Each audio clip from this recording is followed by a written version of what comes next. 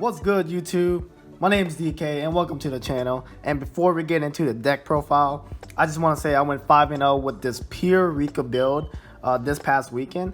I didn't get a chance to really record this video. I really wanted to make this video because I saw that the dude Marcus won the whole EU Nationals with his deck, and I just wanted to make my own deck profile on this. For the little matchups I had, I think my first matchup was, I want to say Branded Despia. Yeah, it was Branded Despia, Exorcisters, Blight, Heroes, and then Monarchs being my final matchup. And I went 5-0. Let's just get straight into the deck profile. Enough wasting time. So first, as you guys would know, got the 3 copies of Petal. Petal is going to be your most important play starter of the deck. Being able to grant you access to any Rikka monster in the deck is really powerful as an effect.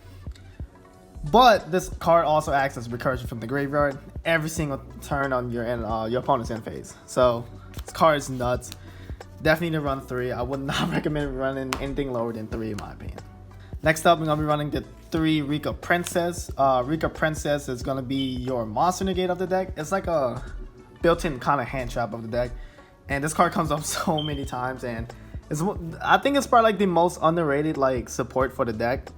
Because everybody talks about how busted the field spell is, but this card is really nice too. Being able to not only monster negate, but also being a monster extender. So you can have this on the board, and this can also act like as a pseudo play starter. So card is pretty damn good. So glad to get this from the Power of the Elements. Alright, next for our 2-ofs, we're going to be running 2 copies of Mudan. Mudan is going to be your field spell searcher / Rikka spell and trap card searcher. Just being able to search from the deck just by tributing a monster is really nice. And this card is just absolutely nuts. Next we got Primula. Primula is just kind of there for the glamour kind of search and extender. So every time a monster is tributed, you can just straight up special summon her. It's really good. I was running this card at 3, but before the locals, I decided to cut it to 2. Because I just found that running 2 of these is just a little bit better. 3 is a little bit too much because it comes up as a little bit of a brick sometimes. But good card nonetheless. Gotta run 2. And then for the other 2 of, we're gonna be running Snowdrop. Snowdrop is gonna be your extender of the deck. Being able to summon Snowdrop plus another plant monster is really nice. And this card can help you kind of break boards if you have the field spell plus this card and another plant monster. Because being able to tribute over your opponent's monsters for cost is really good, you know.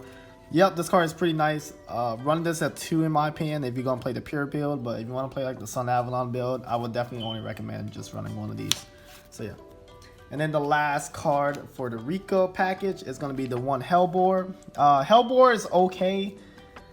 She's just kind of there as just like another level 8 target. You could run the Lily Borea instead, but I found this card to be a little bit better only because it protects you from stuff like Effect Veiler and, you know, just like little stuff like that can, you know, come up once in a while. And it has a niche graveyard effect to where, like, if you have this in a graveyard and you have Strenna, you can just tribute Strenna and just special summon this and you'll trigger Strenna off like that. So it's a niche little card, but it's okay, it's decent. You can run the Lily Borea if you want, but I prefer to run this because it just has a little bit more attack points and has some type of protection for the deck. So yeah, pretty nice at 1. And then the last of the to round up the monsters, gonna be running the 2 copies of Lonefire Blossom. Lonefire is just there to help you get to your extra Rikka monsters like Petal or Mudan. So card's pretty good. None more to say about that. Alrighty, so next up, what we got is the hand traps. So I'm running the Gamma package. This card is the best hand trap in the game in my personal opinion. Just being able to remove a body off the field plus a monster negate is it's kind of crazy how much this card can like come up in clutch. So you can use this going first as well. You know, if you have Lonefire, they try to punish you with Ash, you can gamble that. You know, you try to activate Glamour, they try to Ash, you know what I mean? So this card is really good.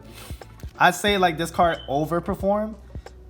Just being a really insane card. Nobody can really play around this card, so it's really nice. And I have the main deck, and I know some of the players that like have the Gamma stuff, they have it like on the side deck, but I like main decking it. Next up, we got the triple copies of Imperm. Imperm is just a generically good hand trap in the game. You couldn't run Veiler over this, but I prefer to have Imperm. Just my personal preference, but if you have Effect Veiler, it works the same way. Just a negate. That's all it is. Good hand trap in my opinion still. And then we got the double copies of Ghost Ogre and Snow Rabbit. Ghost Ogre is really, really good. I think it came up at least maybe once or twice in the tournament. And when it did, it meant a lot. It is a game changer. Being able to, I think, pop the increase. Yeah. The hero player tried to activate the increase, and I just popped it with Ghost Ogre. So, card is really, really good in this format, in my opinion. And then the last kind of hand trap, or going second card, I would say, is Dark Ruler. It's just Dark Ruler. What more can you say? You drop this on the board, you practically are gonna win the game because you're just gonna set up a board, and they ain't gonna do nothing about it. And the only reason why I won, the only reason why I run 2 is because this deck don't need help board breaking too much, but this is just like icing on the cake. It's basically like you give someone like a boot cake or something, you know, and like they're trying to wipe it off, but you just keep throwing shit at them, you know, on their face. So that's what Dark Ruler does for the deck. It's pretty good, love it. And of course, the final one we got is Call by the Grave. Call by the Grave is just to hit hand traps, because you just do not want to get a hand trap in this deck. Kind of sucks, you know. This deck could probably play through at most maybe like, I want to say maybe maximum 3. Alright, next for the spell cards, we're going to be running the triple copies of Glamour. Glamour is your searcher of the deck. Searches any Rikka card, and also can be used as a going second card if you have the Rikka spell card, the field spell card. Just being able to tribute your monsters for cost and just go +1 after that, that's just the most busted thing I've ever heard in my life. So you gotta run 3 of these. If you're not running 3 of these, then you're not in the right place. And then after that, of course, you're gonna be running the 3 copies of the field spell, Rikka Arrival or Rikka Konkon. Card's busted, flat out busted. You set Rikka spells and traps. What more can you do? Like, if your opponent does not react to this card, it's game over. Like, you're just gonna keep tripping, you know, all their shit away. So, card's super good, man. And it can also act as like a little tiny recursion. If you have a Rikka monster in your field, you keep setting spells and traps and just keep breaking boards like that. So, it's really good. And of course, I'm running the 1 Terraforming just to help search out the field spell a lot easier. The last spell card we're gonna be running is 1 for 1. Just another way to get the petal. It can also be like a ash bait, you know, if you have Gamma and this in the hand, go crazy, you know what I mean? So yeah, 1 for 1's really good in this deck. And then next for the trap cards, we're gonna be running 1 Tranquility and then 1 Sheet.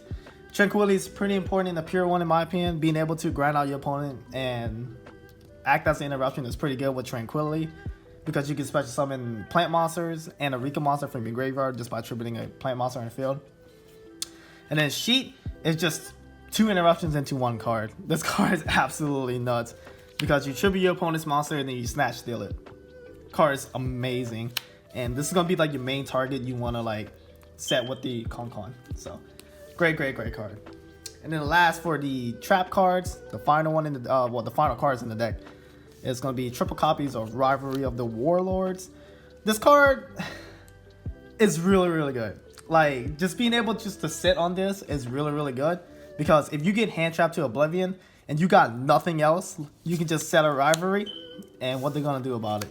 I mean, it's kind of bad against like decks that have like a single typing, but this card can still win you games. I mean, this card single-handedly just helped me win against tier elements I think about a couple weeks ago. So card's pretty damn nuts.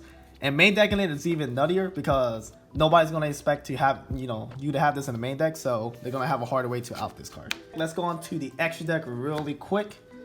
So for the extra deck, this is the only thing I probably change. I would change a little bit more, but I still gotta get the cards for it. But other than that, we're gonna be running 2 copies of Teardrop. Teardrop is just your boss monster of the deck. This card is really nice, being able to quick effect, triple your opponent's monster, gains 200 attack for no reason. Pretty damn good. Love Teardrop, and she's probably the prettiest secret rare I've ever seen in my life. Look how gorgeous that is. Oh my god, it's just so pretty. Oh man. Yeah, I'm sorry. All right, I didn't mean to kind of sit on Teardrop, but great card. Next card we're gonna be running is double copies of Strenna. Strenna just helps interact with the board a little bit better with your Snow Princess, or just any cards in general, because your whole deck distributes. So if you have Exceeds material on this, you can just summon like rank 5s from your extra deck and just attach it. Card is really, really good. And you can help, I mean, you can kind of OTK with this card too if you have Teardrop plus Strenna. So you can swing with Strenna, effect to trip Strenna off with Teardrop, and then you can swing for game like that. Alright, next up for the Strenna targets, we're going to be running the one Sacred Tree of Hyperiton, one Alsei, the Sylvan High Protector, and then one Orea of the Sylvan High Arbiter. Now, I decided to go with these specifically. Well, this is mandatory. This is just a monster negate, spell negate mostly, you know. And this one is just another rank 8 you can make with the deck. And it's kind of like Lightning Chidori, so that's why it's a really good card in my opinion.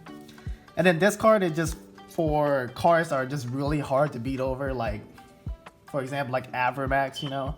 Or something that just has too much protection on them, like Dragoon. This card can get rid of Dragoon, like Dragoon or Avramax, so that's why I have this card. It comes up like maybe like once every blue moon, but when it does come up, it helps a lot. So this card is really, really good. I say it's pretty underrated right now because you can actually make it with the Strenna. All right, next for the Link monsters, gonna be starting with the Link ones.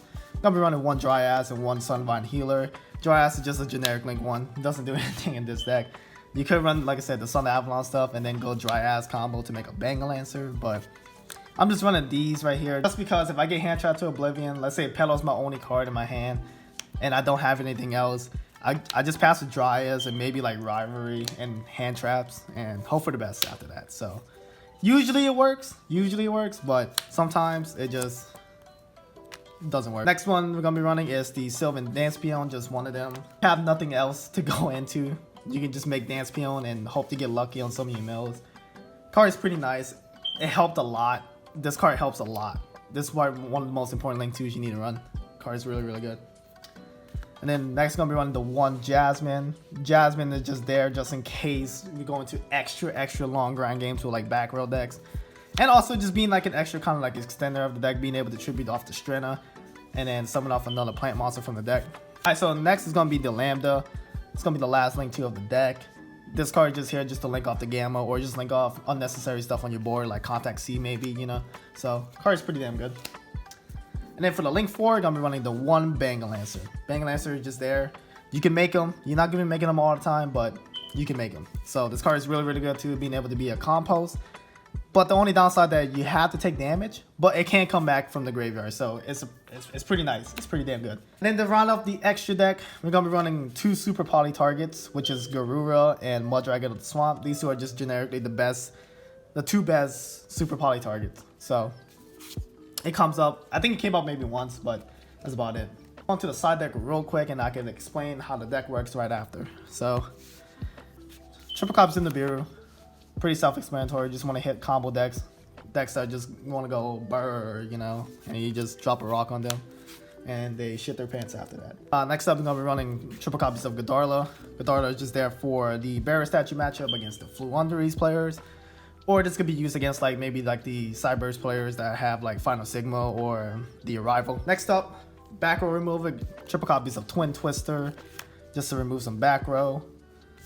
Pretty damn good. And then we got the one Harpy's Feather Duster and then the one red reboot for back row hate, because this deck does not like back row and I just don't like back row in general. It's really annoying to deal with, so I just want to have these to deal with them. And then next up, we're gonna be running the two copies of Super Poly. Super Poly is just ultimate board breaker card right now, especially because Garura exists and then the Mudragon as well. You can just Super Poly pretty much anything you want. So card's insane in this format. Pick them up if you can before they go really up. Then the final two cards is the one Flurries. Flurries is just there just in case if you're going against like the Arrival and you have no way out of a 6,000 Arrival. You can use this card to tribute your Rikka monsters, make your opponent tribute the Arrival off, and call it a day. And then we're running the one Cactus Bouncer. Just having another Floodgate in the deck is pretty good, and you can search this Floodgate and also make Teardrop plus this card. It's pretty damn good. You don't want to main deck this though, because it is kind of a brick.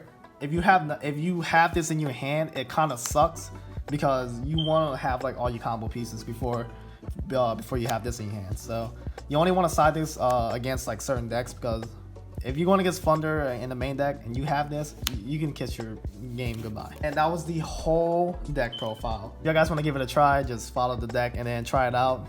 Fix it the way you want to. Hopefully you guys enjoyed the video. Hopefully you guys have a nice day. I'm out.